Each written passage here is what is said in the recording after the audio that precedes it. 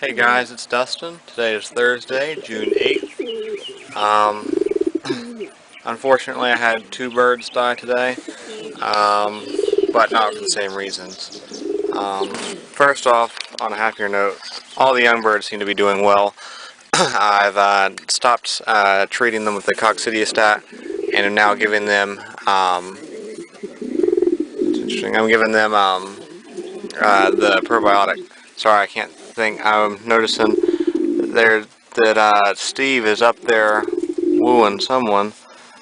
Maybe it's Minnie, but Minnie should be the only adult hen in here, but at first I was thinking it didn't look like her. Let's see.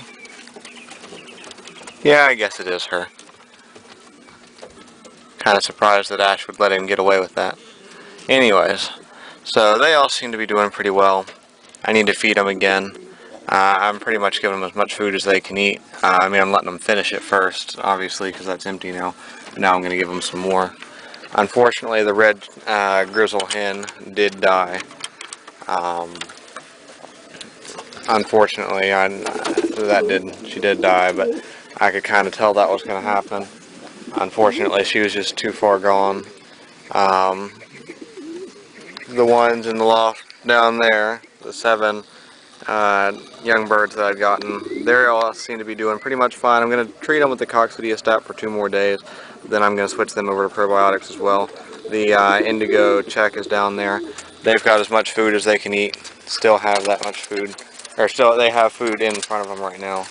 They're just not eating because they've had so much. And then the other bird that died was in the breeding loft, but it was not an adult and it wasn't sick. When I came in to refill their waters just a little bit ago, there was a baby over there on the floor and I could see it was red and bloody. So I thought it was dead, but after I came in here and started moving around and all the birds started moving around, the baby picked its head up and started moving around a little bit. So when I picked it up, it was ice cold. It was terrible. So the first thing I did was I took it inside, and anytime you have either an injured, sick, whatever, any kind of bird or small animal, or I guess really any kind of animal and it's really cold, the first thing you have to do before you can worry about anything like food or rehydrating it, or even really the fact that it was bloody and had open wounds, the first thing you got to do is get it warmed up. So I stuck it under a heat lamp, and it started to improve a little bit, but after looking at it, I realized it wasn't just bloody. The skin on its head had been peeled back to where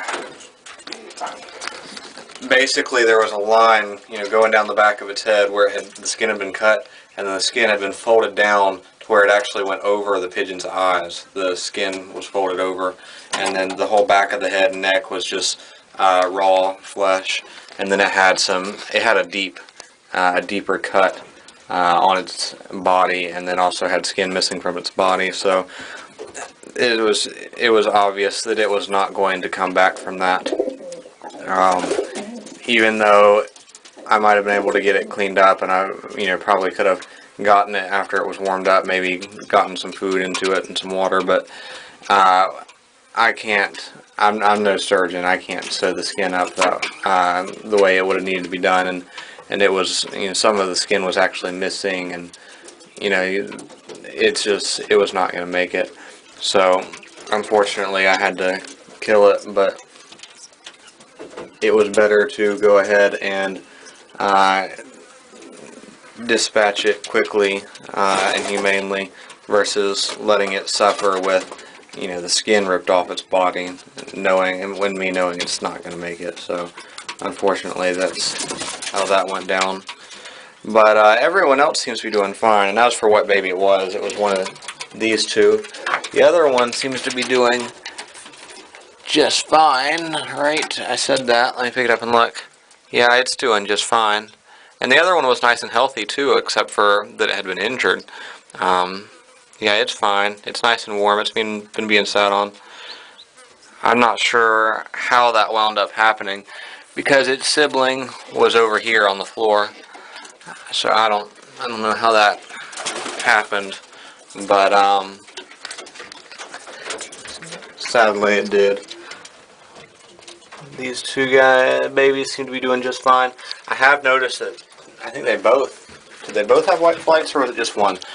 They're both spread, blue spreads, which of course makes them black, which was to be expected, since the mom is black. But this one, you see, it's got 3 or 4 white flights there. Got a little bit of white on the edge of that wing. That one not so much, but that one's got some white right there too. So I'm a little concerned, and like if y'all remember, I said they weren't quite ready to be banded when they were 7 days old. I'm a little concerned that the hen may have bred with a roller. So their father may be one of these rollers in here. So hopefully not, but we'll see, I guess. Anyways, they're banded now, and I'm going to do everything I would with them normally. I don't know if either their mom or dad have parents or grandparents with white flights. It's completely possible that they do. White flights are not an uncommon thing in racing homers, but just because they both have it and neither of their parents show any white flights, I'm a little worried that it may have bred with a roller. But just because it has a few white flights doesn't necessarily mean that. I'm going to try and find out if either of their parents have parents or grandparents with white flights. And then this baby still has the inflated crop. Not sure why, but it was suggested to me earlier, well, hey, why don't you put it in one of those one of the nest boxes and close the door and keep it off of food for a little while. So that's actually a really great idea, and I don't know how that slipped my mind before, that I have built-in wooden cages to the inside of this loft, which I still need to finish. I never did put doors on any of the rest of these. But anyways, of course I'm going to give him water, but I'll keep him off of food until tomorrow. Hopefully his crop will go down a little bit. It's kind of funny looking. As long as it's not something bad and irreversible, it's rather amusing. When I checked this morning, April's second egg had not hatched. Let me check and see what it's like now. Yeah, I feel 2 babies now. I thought I did. I feel in it. No, I don't. The second egg didn't hatch. The one baby's just get bigger, that's all. Well, hopefully it does hatch. I'll give it another day or 2, and we'll see. And I've stopped treating the breeding loft for with the coccidiostat 2, and now I'm just giving them the probiotics. I never really did see any obvious signs that, look at this, he's still trying to eat like he's a baby or something. You're what? You're how old now? What, 2 or 3 months old?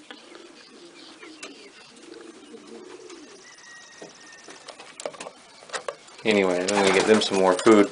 I was going to get them some more food earlier, but then everything happened with that baby. Anyways, I wonder, I think her second egg hatched. Yeah, it did. 2 babies in there. These guys, their eggs shouldn't hatch until, let me take a look, the 11th. So this Sunday on the 11th. Those 2 babies looking beautiful, looking real nice. I think that one's mom is about ready to lay again, but it hasn't happened yet. Now y'all remember that I was going to not let them breed again, but I'm actually having second thoughts on that, and I'll explain why shortly, but not in this update. I just want to see if everything works out the way I think it will.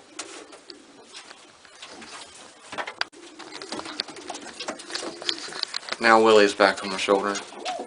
Hey Willie.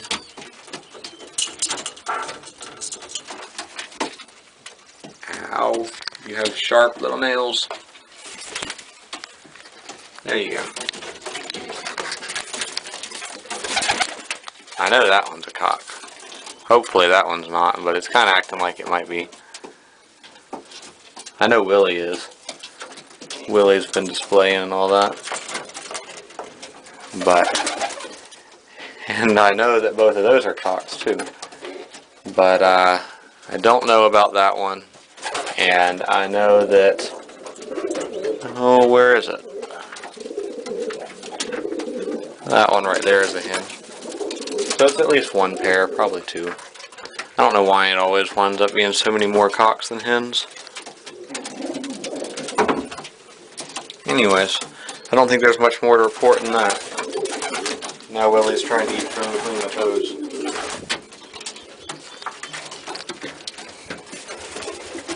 So then,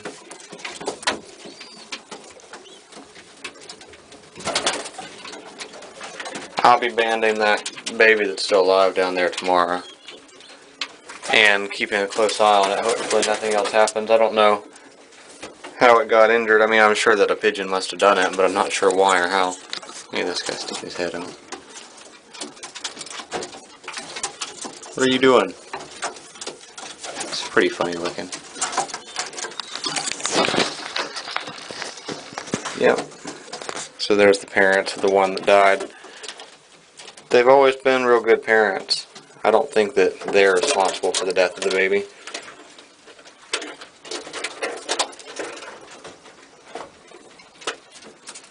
Wonder when those satinets eggs are supposed to hatch. Next Thursday, so a week from now. Okay.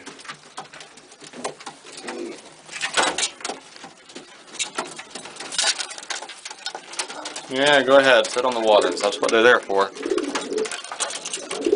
Yeah. Y'all like to sit on those waters and poop down the sides of them, don't you?